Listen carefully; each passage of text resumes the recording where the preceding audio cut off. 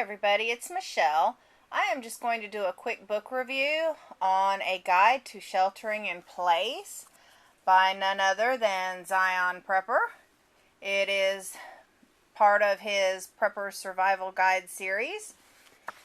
And he sent this to me to read, and I found it to be very, very informative. He gives basically some background and then goes into different ways to shelter in place, what it is, which is basically being at home, or if you happen to be, say, at somebody's house when something happens and you have to take shelter there. Most likely you're going to be at home. He goes on to say here, like, for example, you're on a cruise ship at sea and told to shelter in place, like what happened with that one poor Carnival cruise, which they're not all that bad because I personally took one and loved it, and it was after all that nonsense. He talks about, if something happens and you're out and about. He goes on to talk about where to shelter in place, what it is to bug in, the different types of things that could possibly happen, if, what would be needed if something bad would happen. You're talking here like the heat, which is fire, shelter, food and water, self-preservation.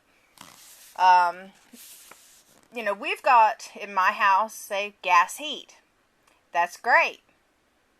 But what happens if something happens and we don't have gas heat? I never thought about that.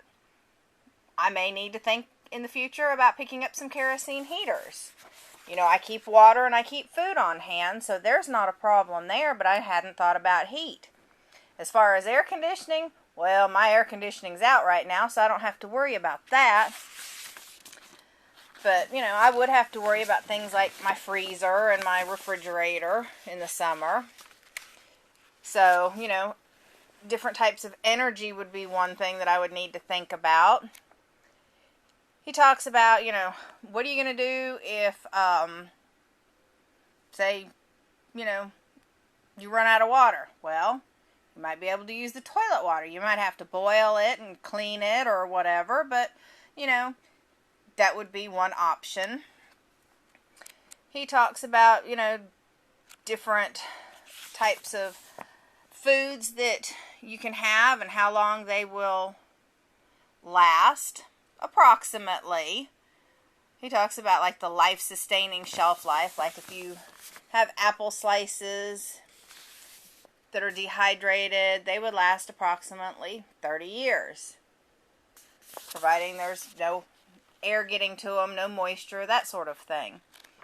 It is a very, very good book. He even gives a list of what to store, and it includes, this here is like the medical stuff, and I have some of it. I don't have all of it, but I do have quite a bit. And he just goes on, and it is a very good book. I highly recommend it to anybody that does not have it. I would say please get a copy of it and read it. Keep it in your bookshelf with all of the other books of this type, because it's just a wealth of information. And it's not a very thick book, as you can see, so it doesn't take that long to read. It just takes some of us longer to actually do a book review than it really should. But that's a whole nother story in itself. But this is one that definitely will be added to my collection. Will stay with it. I will pull it out periodically and reread and get more ideas of things that maybe I'm not thinking about, that I might need to consider here in the near future. And I just highly suggest that everyone go to Amazon and order this book. You can look it up under Zion Prepper, and all of his books are listed there, and I highly recommend getting all of them. So, thanks for watching. Bye.